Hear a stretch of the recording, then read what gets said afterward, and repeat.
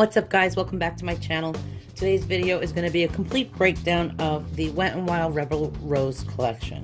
I have a lot to say, so I'm going to get right into it. And stay tuned because I'm going to upload another video on Wet n Wild with their new Crystal Cavern collection right after this. So I was going to put them in two separate videos, and I was going to put them in one video, then I figured it would be too much. So I'm making two short dedicated videos with two giveaways, and I'll just have them up simultaneously. There is a giveaway in this video as always, so pay attention to the video to see what products I'm giving away and how to win at the end. Also, at the end of the video, you'll see who won my last giveaway. I'm going to get right into this because I have a lot to cover. Okay, so as you can see by the footage, I'm inserting this collection was $59 or $59.99, and I purchased the PR collection. This is where I got all the products, and I can go over everything with you individually and tell you what I think you would want and what you should stay away from. Now let's get into each product on an individual basis, and I will cover as much information as I can. If I don't remember the prices, I'm going to put the prices up on the screen and any other information, so if you want, you can pause it and read about each product. Without further ado, let's get into the Rebel Rose collection. Okay, so first up, I'm just going to talk about these brushes. I bought one as a collectible because I thought it was absolutely beautiful. It goes with my aesthetic. I'm actually leaving this one in the container because I did buy a second one for a giveaway, and I will be giving away this brush set in the video. But as you can see, I have another one, and then I bought them individually as well. The reason I bought them individually is because I thought I was going to absolutely love them. However, I do not. This was probably the worst idea they've ever come out with as far as brushes go. I love my Wet n Wild brushes. I rave about them all the time. They're beautiful, but this was a complete miss for me, and I will tell you why. So when you take the brush out of the cylinder, and this brush is, I believe, $7.99. As I said, I have the prices on the screen so you can see. This is a very sturdy plastic, and it's very thick. And then you have the thorns on here, which these are fine. I don't really mind this. But keep in mind that this is very light, but the top end is very top heavy. It's heavy, it's awkward. Now, the brush bristles are absolutely soft as hell. They're really pretty. They feel great. But the minute you go to apply product, you're stabbing your face with all of these sharp petal edges. It was very poorly designed, I feel. It's not practical. When you wash it, everything is going to get inside there, and it's very, very difficult to clean.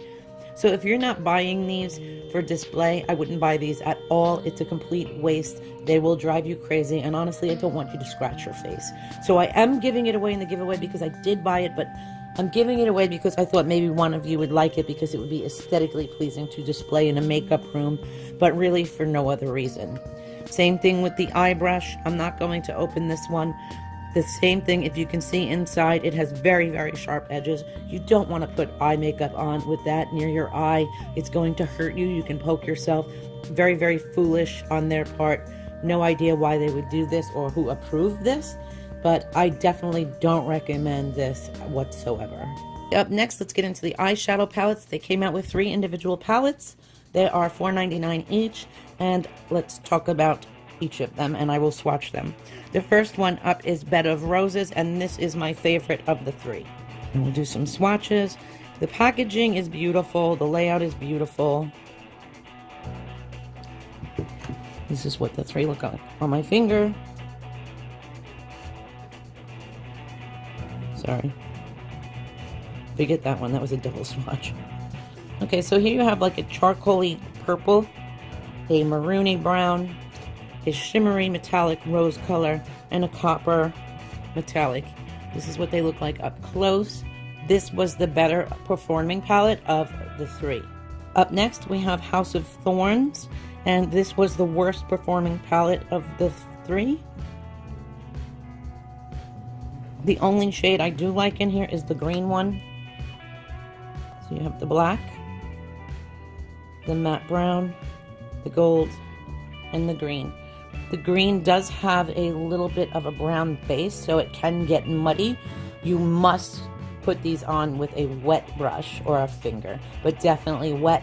The mattes in this one were so patchy and hard to blend that you pretty much just stamp it and it went nowhere, which is very, very unusual for Wet n Wild shadows. And that's one of the reasons I didn't like it, because I know they can do better. They have done better, and they have palettes that are way better quality than these. Then lastly, we have Secret Garden Rendezvous. This shade is absolutely beautiful. This one here, at least you have a couple of shades to play with, and I'll swatch them out too so you can see.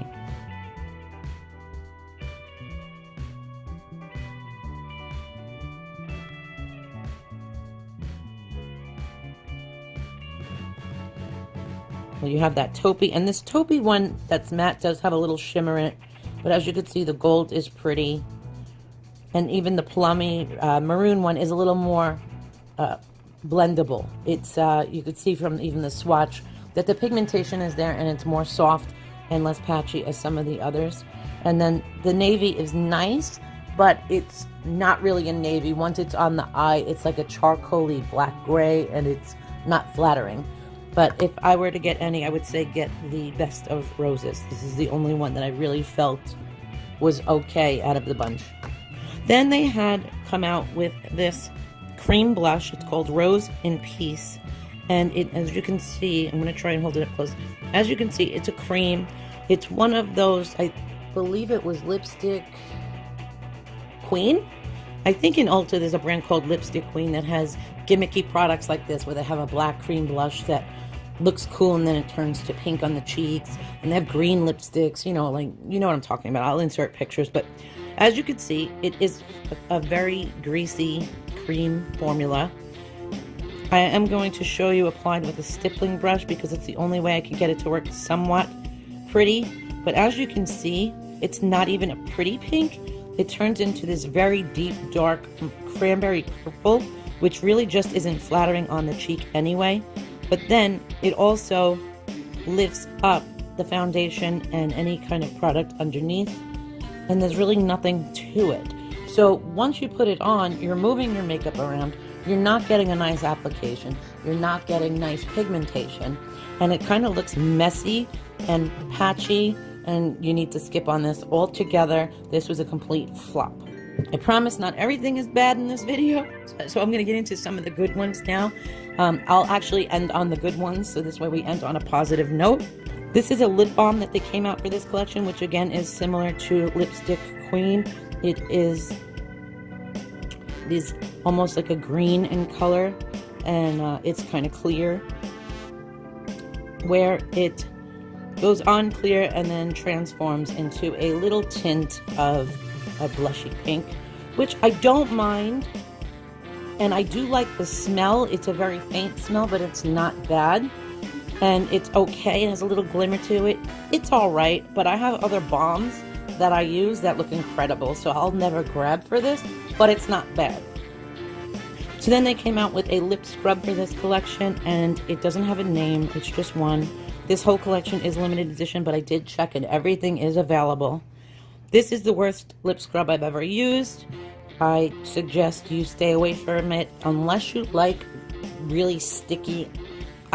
Okay, so it has no scent or flavor, so it's almost like a Vaseline taste on your mouth. It's greasy but sticky. It's very odd. The beads in there to exfoliate with are nothing to write home about. I have plenty of lip scrubs from e.l.f. that are cheaper and way, way better. This is a complete pass for me. I hated it. It almost felt like I had medicine on my lip without a medicine scent. It is very odd and goopy and sticky, and a complete pass. I don't like this whatsoever. Okay, so now we're getting into some of the lipsticks in this collection.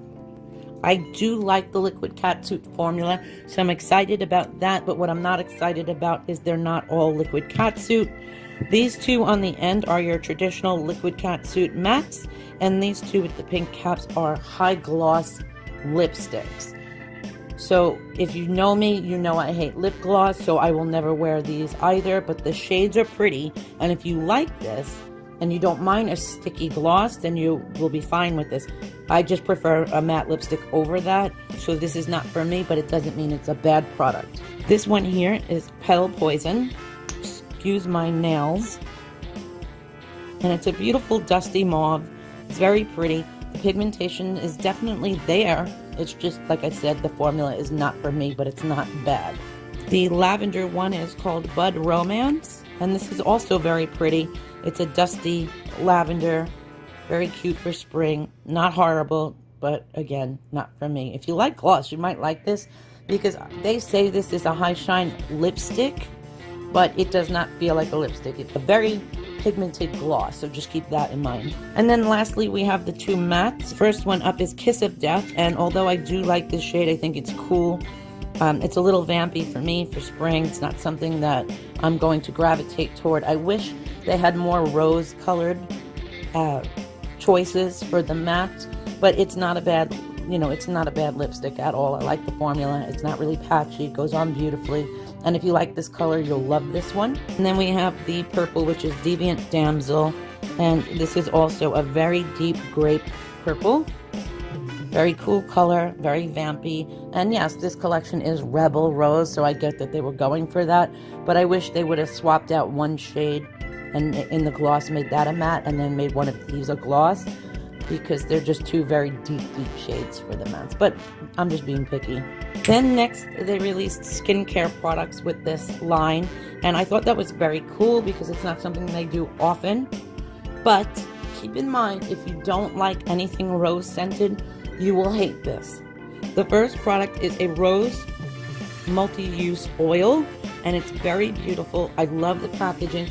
They do have it all in glass bottles, which is really, really nice, but I do tend to be clumsy, so I kind of don't like it, and I do. The oil is nice as an oil, but the rose scent is so overpowering, I would never ever use this.